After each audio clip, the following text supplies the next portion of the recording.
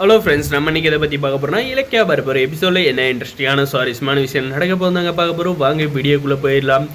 அப்படி என்ன விஷயம் நடக்க போகுதுன்னு பார்த்தீங்கன்னா, நம்மளுடைய கார்த்திக்கு மறு கல்யாணம் பண்ணுறதுக்காக எல்லா ஏற்பாடும் நம்ம இலக்கியாவும் பார்த்தீங்கன்னா, நான் இனிமேல் கார்த்திக் கல்யாணத்துக்கு தடையை இருக்க மாட்டேன், இதுவுமே அஞ்சலிக்கு சப்போர்ட் பண்ண மாட்டேன் அப்படின்றத சொல்லிட்டு இருந்தாலும் பார்த்தீங்கன்னா, நம்மளுடைய கௌதமும் இலக்கியா சேர்ந்தே நம்மளுடைய கார்த்தியோட கல்யாணத்துக்கு என்ன பண்ண முடியுமோ அந்த விஷயத்தை ஸ்டார்ட் பண்ணிட்டாங்க.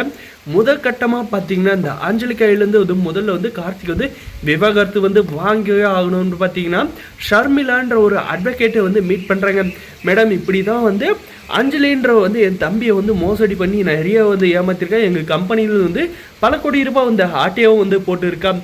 என் தம்பிக்கிட்ட அவள் ப்ரெக்னெண்ட்டாக இருக்கான்னு சொல்லி ஏமாத்திருக்கா. ஆனால் அவள் ப்ரெக்னென்ட்டே இல்லை.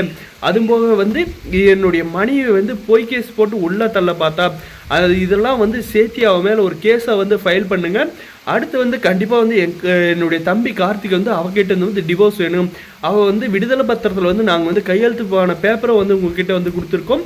கூடிய சீக்கிரம் அவனுக்கு இது டைவர்ஸ் வாங்கி கொடுத்துட்டீங்களானே கண்டிப்பாக என்னுடைய தம்பியோட வாழ்க்கை மீட்டு எடுத்துருவேன். நான் அவனுக்கு நான் வேறு கல்யாணம் பண்ணி வைக்க ஏற்பாடு பண்ணிகிட்டே இருக்கேன். கொஞ்சம் பார்த்து இந்த கேஸை முடிச்சு விடுங்க அப்படின்ற மாதிரி நம்முடைய கௌதமும் இலக்கியாவும் கேட்குறாங்க. அதுக்கு அந்த அட்வொகேட் ஷர்மிளா என்ன சொல்கிறாங்கன்னு பார்த்தீங்கன்னா, சார் கண்டிப்பாக சார் டிவோர்ஸ் கேஸ் தானே, ஒன்றும் பிரச்சனை இல்லை.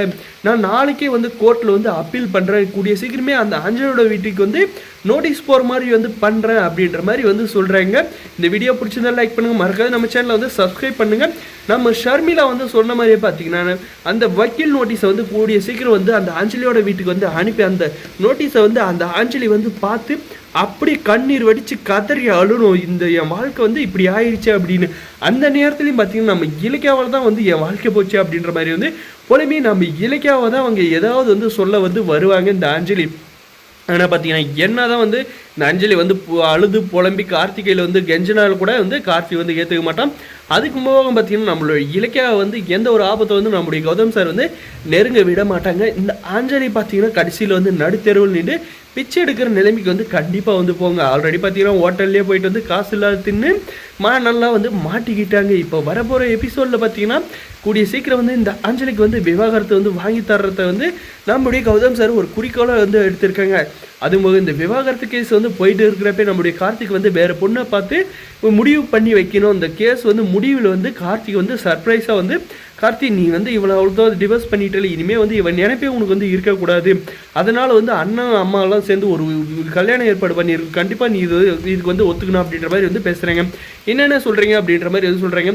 இத்தனை உன் சந்தோஷத்துக்கு வாழ்ந்தல கார்த்தி, இப்போதைக்கு அம்மாவோட சந்தோஷத்துக்காக நீ ஒன்று ஒரு கல்யாணம் பண்ணிக்கிட்டு தான் ஆகணும். நாங்கள் ஒரு பொண்ணை பார்த்துருக்கோம், அந்த பொண்ணை நீ கல்யாணம் பண்ணியோ அப்படின்ற மாதிரி அப்போ தான் நீ நடந்ததெல்லாம் மறந்துட்டு நீ பிஸ்னஸில் நல்லா கான்சன்ட்ரேஷன் பண்ணுவேன். வீட்டில் இருக்கிறவங்க ரொம்பவுமே சந்தோஷப்படுவாங்க அப்படின்ற மாதிரி நம்மளுடைய கௌதம் இலக்கியா சொல்கிறாங்க. வரப்போகிற எபிசோட் இப்படி தாங்க கொண்டு போகிறாங்க. இந்த வீடியோ பிடிச்சது லைக் பண்ணுங்கள், மறக்காது நம்ம சேனல் சப்ஸ்கிரைப் பண்ணுங்கள். தேங்க்ஸ் ஃபார் வாட்சிங் கைஸ்.